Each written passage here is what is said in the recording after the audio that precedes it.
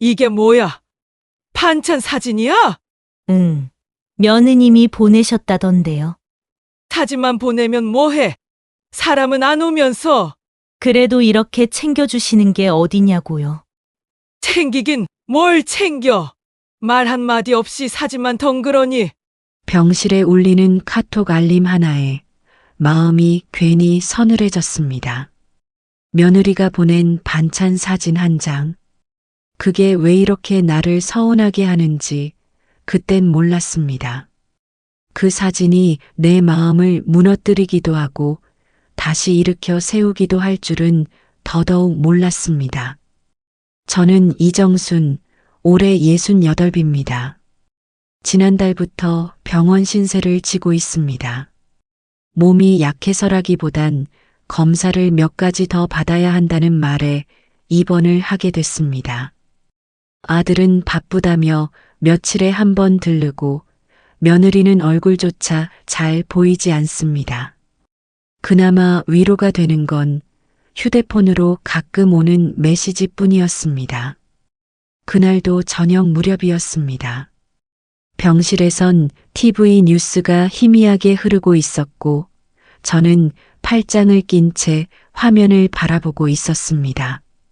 그때 휴대폰이 울렸습니다. 며느리 서연이에게서 온 카톡이었습니다. 화면을 열자 반찬 사진 한 장이 떴습니다. 콩나물 무침, 시금치 나물, 멸치볶음. 3가지 반찬이 하얀 그릇에 가지런히 담겨 있었습니다. 사진 아래엔 아무 말도 없고 하트 이모티콘 하나만 달랑 붙어 있었습니다.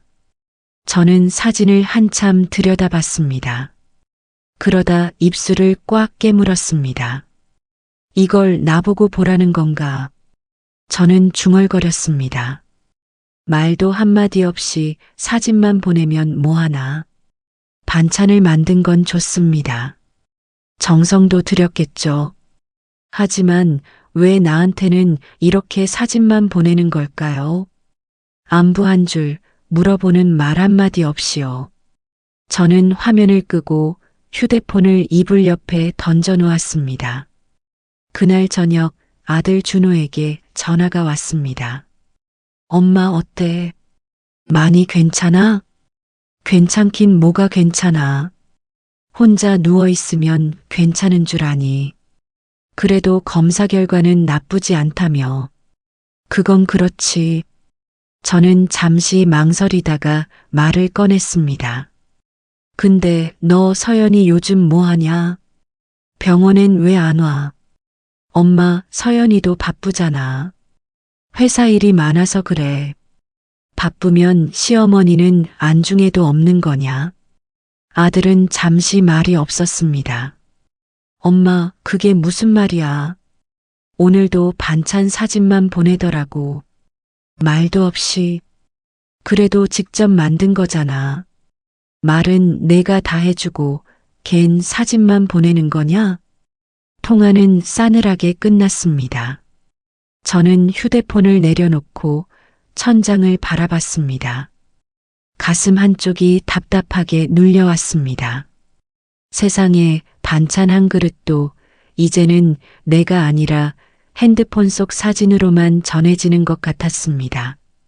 제가 평생 해온 반찬이 이제는 며느리 손에서 만들어지고 있다는 게 서운했습니다. 물론 고마운 일이죠. 하지만 왜 이렇게 마음 한구석이 허전할까요? 내 자리가 사라지는 것 같았습니다. 며칠이 지났습니다. 저는 또다시 며느리에게서 온 메시지를 받았습니다. 이번엔 반찬 사진이 아니라 짧은 문장이었습니다. 어머님, 건강 챙기세요. 그리고 스마일 이모티콘 하나. 저는 답장을 쓰려다가 멈췄습니다. 그래, 잘했다. 이렇게 쓰고 나서 저는 문장을 지웠습니다. 그 대신 똑같은 스마일 이모티콘 하나만 보냈습니다. 말을 하고 싶었지만 어떻게 시작해야 할지 몰랐습니다. 그냥 무뚝뚝하게 보이는 게 편했습니다. 그날 오후 간호사 나리 씨가 병실을 돌며 말했습니다. 어머님, 오늘도 며느님이 반찬 맡기고 가셨어요. 뭐, 왔다 갔어? 네, 아까 잠깐 들렀다 가셨어요. 저는 순간 당황했습니다.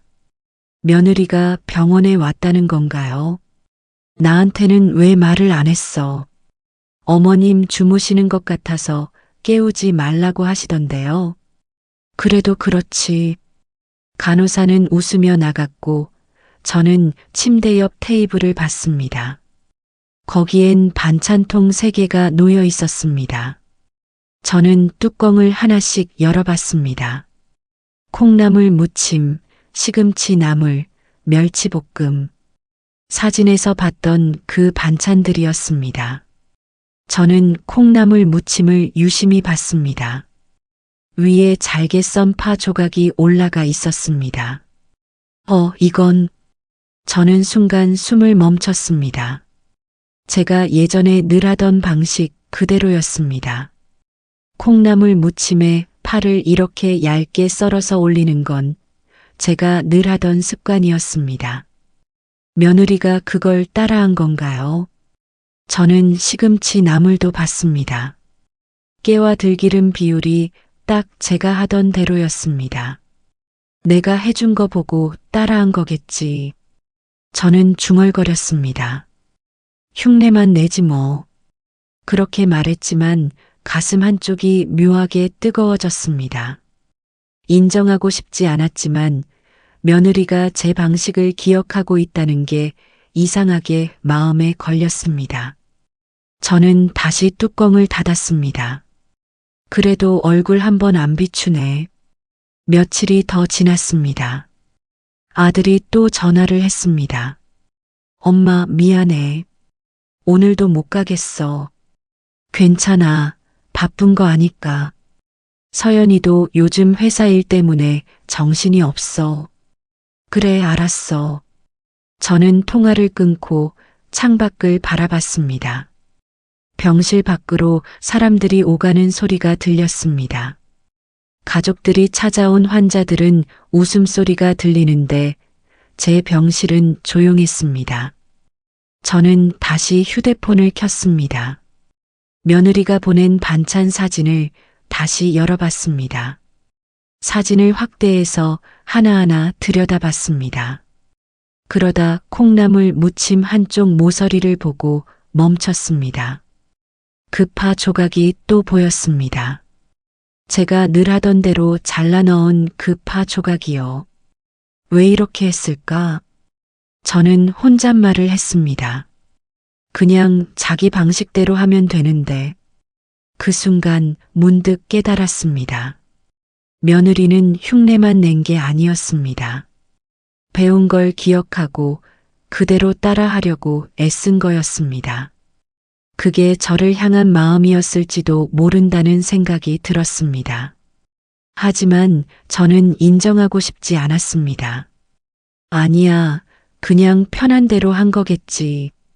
저는 사진을 닫고 휴대폰을 다시 내려놨습니다. 그날 밤 저는 잠을 잘 이루지 못했습니다. 다음 날 아침이었습니다. 간호사 나리 씨가 또 병실을 찾아왔습니다. 어머님, 아침 식사하셨어요? 응, 먹었어. 오늘도 며느님이 반찬 가져다 놓고 가셨어요. 또? 저는 깜짝 놀랐습니다. 또 왔다 갔어? 얼굴은 언제 보여주는 거야? 간호사는 잠시 망설이더니 조심스럽게 말했습니다. 어머님, 그 며느님이요. 거의 매주 오셨어요. 저는 귀를 의심했습니다. 뭐라고? 퇴근하고 잠깐씩 오셔서 반찬 두고 가시더라고요. 어머님 주무실 때도 있고 해서 인사 못 드리고 가신 거예요. 저는 말문이 막혔습니다.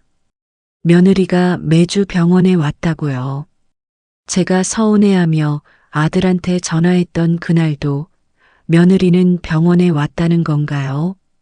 저는 순간 웃음처럼 나오는 숨을 들이켰다가 아무 말도 하지 못했습니다. 어머님, 괜찮으세요? 간호사가 걱정스럽게 물었습니다. 응, 괜찮아. 고마워. 간호사가 나가고 난 뒤 저는 침대에 그대로 앉아 있었습니다. 머릿속이 복잡했습니다. 며느리는 저를 피한 게 아니었습니다. 오히려 매주 병원에 와서 반찬을 두고 갔던 겁니다. 그런데 저는 그걸 모르고 서운함만 키워왔습니다. 저는 다시 휴대폰을 켰습니다. 며느리가 보낸 반찬 사진을 다시 열어봤습니다. 이번엔 다르게 보였습니다. 그 사진이 자랑이 아니라 안부였다는 걸 이제야 알겠습니다. 어머님, 이렇게 만들었어요. 괜찮으신가요? 사진 속엔 그런 말이 담겨 있었던 겁니다. 저는 눈시울이 뜨거워지는 걸 느꼈습니다. 콩나물 무침 위에 파 조각이 다시 보였습니다. 그 작은 조각 하나가 며느리의 마음을 담고 있었던 겁니다. 저는 떨리는 손가락으로 카톡창을 열었습니다. 서연아. 저는 문장을 쓰기 시작했습니다. 그러다 지웠습니다. 고맙다. 이렇게 쓰고 또 지웠습니다. 뭐라고 말을 시작해야 할지 도무지 알 수 없었습니다. 결국 저는 아무것도 보내지 못했습니다. 그냥 카톡창을 닫았습니다. 하지만 마음속엔 뭔가 바뀌고 있었습니다. 며느리를 향한 서운함이 조금씩 녹아내리고 있었습니다. 그날 저녁 아들에게서 전화가 왔습니다. 엄마, 서연이가 편지 보냈다는데 받았어? 편지? 무슨 편지? 간호사한테 맡겼대. 한번 확인해봐. 저는 전화를 끊고 침대 옆 서랍을 열어봤습니다. 거기에 작은 편지 봉투 하나가 놓여 있었습니다. 며느리 서연의 이름이 적혀 있었습니다. 저는 조심스럽게 봉투를 열었습니다. 편지에는 또박또박한 글씨로 문장들이 적혀 있었습니다. 어머님, 요즘 건강은 괜찮으신가요? 병원에 자주 못 가서 죄송해요. 어머님이 좋아하신다고 하셔서 혼자라도 계속 만들어 봤어요. 제가 만든 반찬이 어머님 입맛에 맞는지 궁금했어요. 사진을 보내드리면 언젠간 한 번은 답을 주실까 해서요. 저는 편지를 읽다가 멈췄습니다. 며느리는 답을 기다리고 있었던 겁니다. 제 반찬 방식이 맞는지 제가 괜찮다고 해주길 기다렸던 거였습니다. 그런데 저는 그 사진을 자랑이라고만 생각했습니다. 며느리가 나를 대체하려는 거라고 오해했습니다. 눈물이 핑 돌았습니다. 저는 편지를 가슴에 꼭 안았습니다. 반찬 사진 한 장에서 시작된 오해가 제 쪽에서 얼마나 크게 부풀려졌는지 이제야 깨달았습니다. 며느리는 저를 향해 손을 내밀고 있었는데 저는 그 손을 밀어낸 겁니다. 저는 편지를 다시 읽었습니다. 마지막 문장에는 이렇게 적혀 있었습니다. 어머님, 곧 뵐게요. 건강하세요. 그날 밤 저는 오랜만에 깊이 잠들 수 있었습니다. 가슴 한쪽을 짓누르던 무게가 조금씩 사라지는 것 같았습니다. 며칠 뒤 병실 문이 조심스럽게 열렸습니다. 저는 TV를 보고 있다가 고개를 돌렸습니다. 며느리 서연이 문 앞에 서 있었습니다. 손엔 또 반찬통을 들고 있었습니다. 어머님, 안녕하세요. 며느리가 조심스럽게 인사했습니다. 저는 잠시 말이 없었습니다. 그러다 먼저 손을 뻗었습니다. 와줘서 고맙다. 제 목소리가 떨렸습니다. 며느리는 눈을 동그랗게 뜨고 저를 바라봤습니다. 어머님, 앉아. 편지 잘 받았어. 며느리는 천천히 침대 옆에 앉았습니다. 저는 며느리의 손을 잡았습니다. 미안하다. 내가 오해를 했어. 아니에요. 제가 얼굴을 자주 못 뵈어서. 아니야. 넌 잘했어. 우리는 한동안 말없이 앉아 있었습니다. 그러다 제가 먼저 말을 꺼냈습니다. 그 반찬, 내가 하던 방식 그대로 하더라. 어머님이 알려주신 거 기억하고 있어요. 콩나물에 파 조각 올리는 거. 네, 그게 제일 맛있어 보였어요. 며느리가 수줍게 웃었습니다.